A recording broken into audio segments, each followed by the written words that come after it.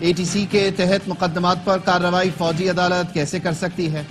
کیا فوجی عدالتوں نے ٹرائل ان FIRs میں کیا جو تھانوں میں درج تھی؟ جو 3 FIRs کی کاپی دی گئیں ان میں آفیشل سیکرٹ ایکٹ کی دفعات نہیں۔ جسٹس مسرت ہلالی کے سیویلینز کے ملٹری ٹرائل کیس کی سماعت میں ریمارکس۔ وزارت دفاع کے وکیل خواجہ حارث نے بتایا، ہر دہشت گرد پر آرمی ایکٹ کا اطلاق نہیں ہوتا۔ آرمی ایکٹ صرف ان پر لاگو ہوتا ہے جو آفیشل سیکرٹ ایکٹ کی خلاف ورزی کرے۔ جسٹس جمال مندوخیل نے کہا، 38 سال سے اس شعبے میں ہوں پھر بھی خود کو مکمل نہیں سمجھتا۔ کیا اس افسر کو اتنا تجربہ اور عبور ہوتا ہے کہ سزائے موت تک سنا دی جاتی ہے؟ سپریم کورٹ میں سماعت پیر تک ملتوی۔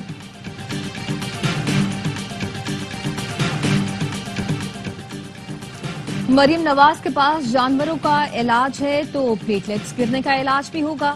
PTI رہنما مہربانو قریشی کا وزیر اعلیٰ پنجاب کے بیان پر رد عمل، کہا جعلی مینڈیٹ پر موجود جعلی وزیر اعلیٰ دھمکیاں اور تڑیاں دیتی ہیں، جس کو وہ علاج کہتی ہیں ہم اس کو فراڈ، فریب اور فسطائیت اور انصاف کا گلا گھونٹنا کہتے ہیں۔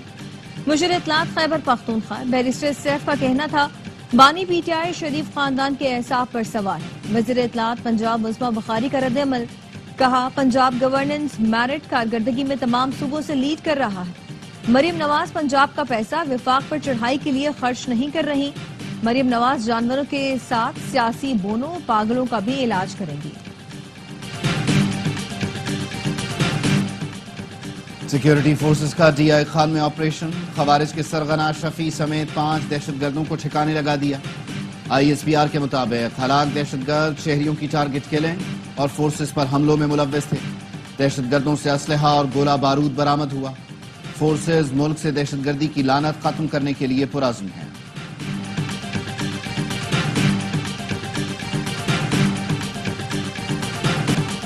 کراچی میں جب چاہے خونی ڈمپر کسی کو بھی کچل دیتا ہے۔ اب کراچی میں جو ہیوی ٹریفک چلائے گا اس کا لائسنس بھی کراچی کا ہونا چاہیے۔ دوسرے صوبے کے ڈرائیورز کو کراچی کی ٹریفک کا الف بے نہیں پتا۔ یہ ہائی ویز کے ڈرائیور ہیں، بعض نشے کی حالت میں ہوتے ہیں۔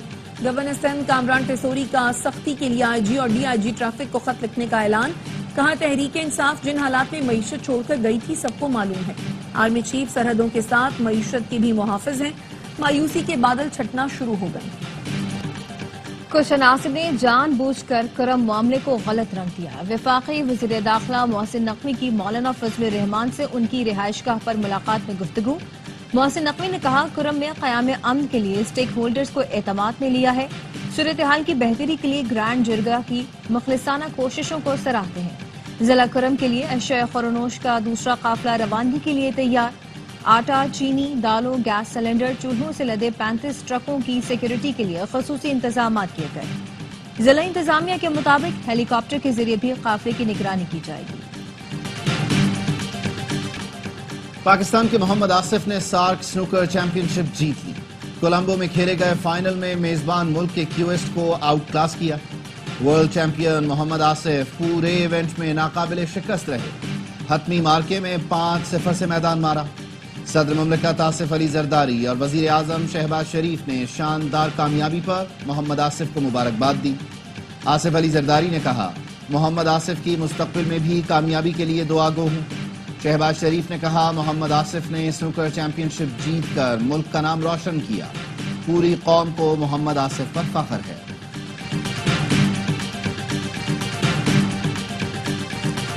لاس اینجلس میں امریکی تاریخ کی بدترین بھڑکتے شعلوں نے 9000 گھر جلا کر راکھ کر دیے۔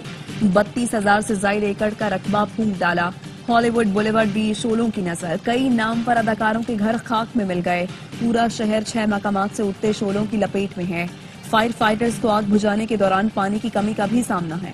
پیسیفک پیلیسیڈز کے علاقے میں ہائیڈرنٹس خشک، تیز ہواؤں اور خشک موسم بھی فائر فائٹرز کے لیے چیلنج۔ امریکی صدر جو بائیڈن کہتے ہیں آئندہ 6 ماہ تک متاثرین کے 100% اخراجات اٹھائے جائیں گے۔ نومنتخب امریکی صدر ڈونلڈ ٹرمپ نے کیلیفورنیا کے گورنر سے مستعفی ہونے کا مطالبہ کر دیا۔ کہا 3 دن میں آگ پر ذرا برابر قابو نہیں پایا جا سکا۔ گورنر اور میئر دونوں نااہل ہیں۔ اسرائیل نے غزہ پر قیامت ڈھا دی، 10 روز میں 500 فلسطینیوں کی جان لے لی۔ شمالی وسطی اور جنوبی غزہ میں وحشیانہ بمباری، شہید ہونے والوں میں بچوں کی بڑی تعداد شامل۔ گزشتہ 24 گھنٹوں میں 22 فلسطینی لقمہ اجل بنے۔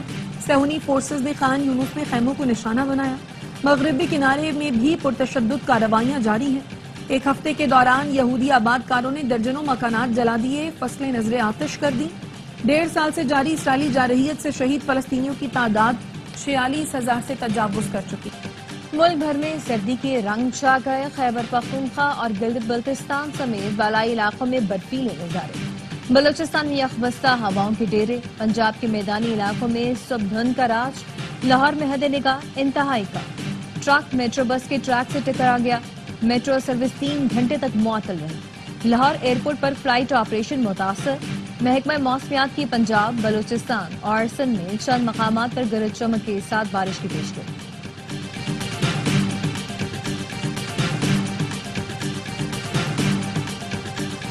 لاہور میں نویں جماعت کی طالبہ سے مبینہ زیادتی کے کیس میں نیا موڑ۔ تفتیشی افسر کے مطابق ملزم افتخار نے لڑکی سے نکاح کا دعویٰ کیا ہے۔ لڑکی طبی معائنے کے لیے حراست میں ہے۔ ملزم نے لڑکی کی رہائی کے لیے عدالت سے رجوع کر لیا۔ بیان قلم بند کرانے کے لیے پولیس طالبہ کو آج عدالت میں پیش کرے گی۔